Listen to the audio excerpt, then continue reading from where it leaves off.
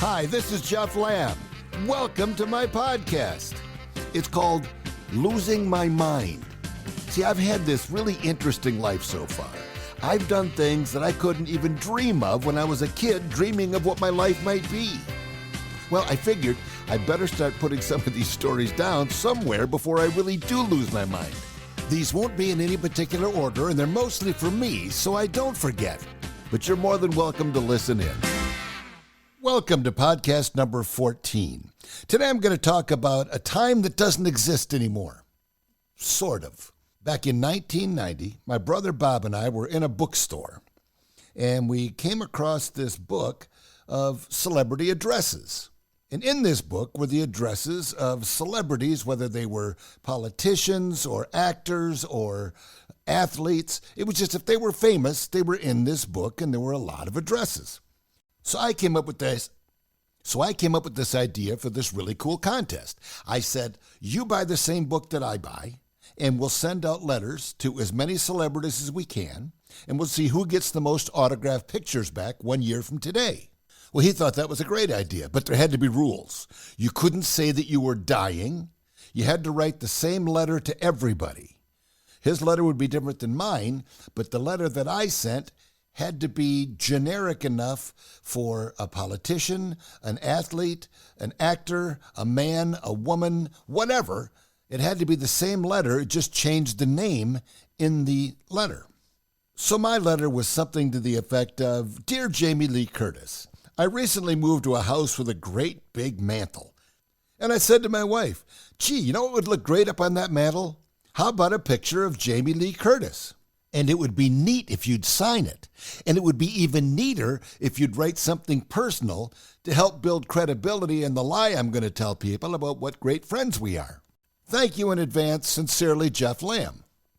I started sending out a dozen of these things a day, 24 some days. And I just kept sending them. And I knew he was doing the same thing. I didn't know what his letter said, but it was really kind of neat. I lived on a 3-story walk-up. And I went down to get the mail one day, and the mailman was rolling these up and shoving them in the little mailbox that you see in an apartment building. And I said, no. I said, please don't do that. He says, what's going on? I said, these are autographed pictures. I explained the contest. And so the next day, I got a knock at my door. The mailman had walked him up 3 flights of stairs. But he said, I'd love to see what you got today. And I said, absolutely. You earned it with that walk up the stairs. So every day he'd come with new envelopes. Who'd we get today? There was John Denver, Doris Day, David Letterman, Roy Rogers, Demi Moore, Betty White, Ronald Reagan, Jimmy Carter, Muhammad Ali, George Foreman. I even got some weird ones because you get more points for weird ones. I got the Dalai Lama, Yasser Arafat, King Fahd, Hosni Mubarak. I got to figure the FBI had a folder about 3 inches thick on me when I'm asking these guys for pictures for my mantle. One of my very favorite pictures was from Phil Hartman. He wrote, Jeff, I sure like it up here on your mantelpiece. Oh, Jeff, get back. You're too close to the fire. My God, I saved your life. Phil Hartman. Ed Asner made reference to the mantle as well, and so did Adam West. He sent me an autographed picture, and then he drew a picture of the Batman logo and wrote underneath it, Mantle Art Incorporated. So they were playing along and it was fun. But Bob was getting people I just couldn't get. I sent 5 different envelopes to 5 different addresses I had for Johnny Carson. Never got a response. He got a Johnny Carson. He got Richard Nixon. He got John Candy, and his John Candy came 4 days after John Candy died. So it was one of the last ones that he signed. He was kind of kicking my butt, and I didn't know why. And all of his letters were, hey, Bobby. And I'm thinking, man, he must have really BS'd him good to get him to play along that tight with Bobby. Didn't even dawn on me what he did. So the contest is over. Bob wins. I've got this great big book full of pictures. He's got a great bigger book of pictures. And finally, we revealed our letters. He saw mine and went, that was pretty good. And then he handed me his. Now, something you need to know about Bob, he was a school photographer for a while. So he went through all of his negatives and he got the picture of the cutest kid he could find. And then he printed up sheets of this kid's picture.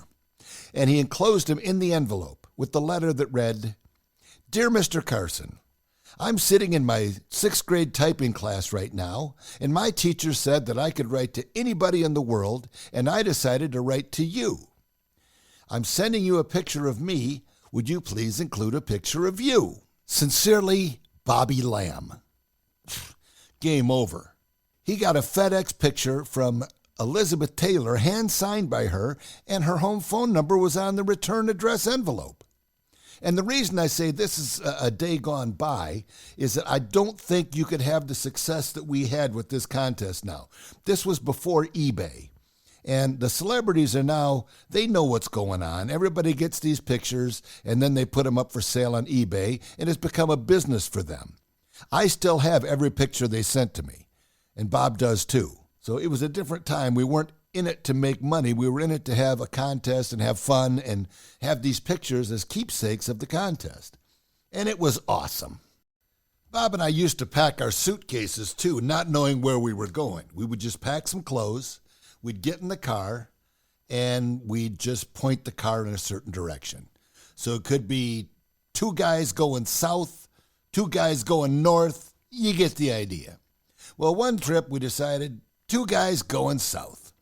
So we packed up our suitcases, and I grabbed some music and some CDs, and we listened to tunes all the way down. And we didn't know where we were going to go. We were just talking and driving. And Paul Simon's song Graceland popped on the air there, and I said, "Hey, Bob, what do you think?" He says, "Sounds good to me." So we went down to Graceland, and we took a tour of Elvis's castle. Had ourselves a great time, and we just kept on going. We ended up in New Orleans, and we had ourselves a time that couldn't be beat down there, drinking hurricanes and just having a great time. Of course, Bob went out one night to shoot pool. I'm back in the room. For some reason, Bob had all of our money on him, and he got his pocket picked by a hooker.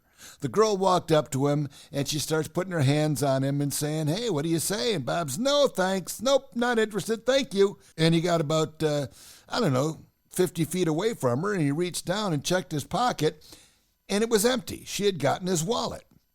So he went running back to her. She was running, and then all of a sudden her pimp shows up, and that was pretty much the end of the deal. We were out of money. We're down in New Orleans now, brokering the 10 Commandments. He lost all our money, and all we could do, or think to do, was call Dave Barclay. He was one of our clients, and we told him the situation. He laughed, and he sent us the money, and we got home, and we just took it off his next bill. But yeah, it was 2 guys heading south. Another time we went to Washington, D.C. on the spur of the moment, and we ended up in a hotel room. We're sound asleep. We hear cymbals crashing and horns, and we both sit up, and we look out the window, and there's a marching band in the parking lot going through their drills.